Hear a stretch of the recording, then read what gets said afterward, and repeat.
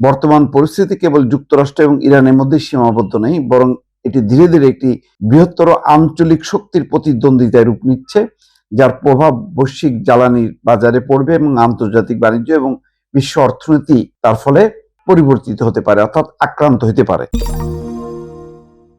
আন্তর্জাতিক অঙ্গনে এখন নতুন করে একটি উত্তেজনা শুরু হয়েছে সৌদি আরবকে ঘিরে। হঠাৎ করেই আমেরিকা যথেষ্ট ঘনিষ্ঠ হয়েছে সৌদি আরবের, এবং সৌদি আরবে প্রায় 200 কোটি ডলারের আকাশ প্রতিরক্ষা ব্যবস্থা সহ উন্নত অস্ত্র বিক্রির অনুমোদন দিয়েছেন ট্রাম্প, এবং রিয়াদের বেসামরিক পারমাণবিক কর্মসূচিতে যুক্তরাষ্ট্র সহযোগিতা করতে প্রস্তুত হয়েছে। এই সংক্রান্ত প্রস্তাবনা বা প্রস্তাব ডোনাল্ড ট্রাম্প অনুমোদন করেছেন। ধারণা করা হচ্ছে যে ইরানকে সাইজ করার জন্য যুক্তরাষ্ট্র এখন সৌদি আরবের উপর ভর করছে এবং সৌদি আরবকে ঘিরে তাদের পরিকল্পনা সাজাচ্ছে, যাতে ইসরায়েল ইরানে আক্রমণ করলে মধ্যপ্রাচ্যের অন্যান্য দেশগুলো রিয়্যাক্ট করে এবং সেই সাপোর্টটা পায় না। সুতরাং মধ্যপ্রাচ্যের দেশগুলি এক দেশ আর এক দেশের সাথে যদি সংঘাতে জড়ানো যায় এবং জড়িয়ে ফেলতে পারে যুক্তরাষ্ট্র, তাহলে ইরান কোণঠাসা হবে। সেই তার আলোকে এখন মার্কিন যুক্তরাষ্ট্র অগ্রসর হচ্ছে। বলা হচ্ছে যে মধ্যপ্রাচ্যে চলমান যুক্তরাষ্ট্র ইরান সংঘাতের মধ্যেই নতুন করে আলোচনার কেন্দ্রবিন্দুতে উঠে এসেছে সৌদি আরব।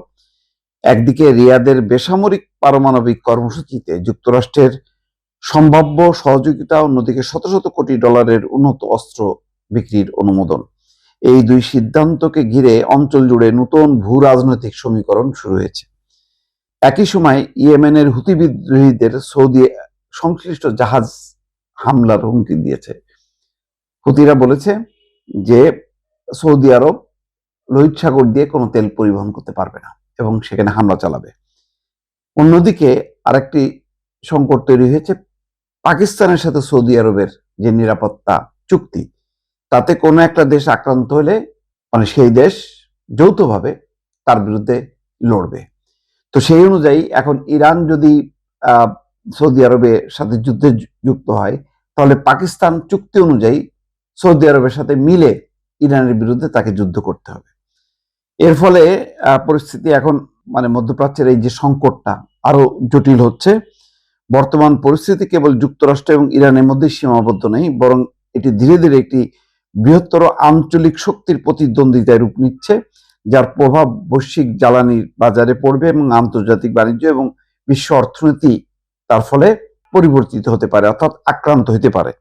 বলা হচ্ছে যে যুক্তরাষ্ট্র এবং সৌদি আরবের মধ্যে একটি দীর্ঘমেয়াদী পারমাণবিক সহযোগিতা চুক্তির বিষয়ে উল্লেখযোগ্য অগ্রগতি হয়েছে। এই প্রস্তাবিত চুক্তির আওতায় মার্কিন প্রতিষ্ঠানগুলো সৌদি আরবের বেসামরিক পারমাণবিক কর্মসূচি উন্নয়নে সহায়তা করবে, পাশাপাশি যৌথ সমীক্ষার মাধ্যমে দেশটিতে ইউরেনিয়াম সমৃদ্ধকরণ কেন্দ্র স্থাপনের পথ উন্মুক্ত হতে পারে, যেটা ইরান করছে তার ইউরেনিয়াম সমৃদ্ধ করা। অর্থাৎ সৌদি আরব ভবিষ্যতে পারমাণবিক শক্তি বা অস্ত্রের অধিকারী হতে পারবে যদি ইউরেনিয়াম সমৃদ্ধকরণ কর্মসূচি এগোতে পারে। তো এটা কেন? এটা হচ্ছে ইরানকে মোকাবেলা করার জন্য সৌদি আরবকে সাপোর্ট দিচ্ছে। এই সিদ্ধান্তকে অনেক বিশ্লেষক মধ্যপ্রাচ্যে যুক্তরাষ্ট্রের কৌশলগত অবস্থান আরো শক্তিশালী করার অংশ হিসেবে দেখছে। অর্থাৎ এইসব কর্মসূচির মধ্য দিয়ে যুক্তরাষ্ট্র আরো ঘনিষ্ঠ হবে, সৌদি আরবে তার অবস্থানটা আরো পাকাপোক্ত করবে, এবং অন্যদিকে 196 কোটি ডলার মূল্যের উন্নত আকাশ প্রতিরক্ষা অস্ত্র বিক্রিরও অনুমোদন দিয়েছে যুক্তরাষ্ট্র। তার মানে হচ্ছে সৌদি আরবের যে আকাশ প্রতিরক্ষা ব্যবস্থাকে আরো উন্নত করা, আরো স্থায়ী করা এবং উন্নত অস্ত্রশস্ত্র সরবরাহের মাধ্যমে সৌদি আরবের সামরিক বাহিনীকে শক্তিশালী করা। অর্থাৎ যুদ্ধের জন্য যা যা দরকার সমস্ত কিছু সরবরাহ করছে যুক্তরাষ্ট্র, এবং এই মর্মে দুই দেশের মধ্যে তাদের চুক্তি হয়েছে। এবং এই সংক্রান্ত দুটি প্রস্তাব 196 কোটি ডলার আকাশ প্রতিরক্ষা অস্ত্র এবং পারমাণবিক সহায়তা, এই দুইটি প্রস্তাবই ডোনাল্ড ট্রাম্প অনুমোদন করেছেন। ফলে আস্তে আস্তে সংকট সমাধানের বদলে পরিস্থিতি জটিল রূপ নিচ্ছে। দর্শক।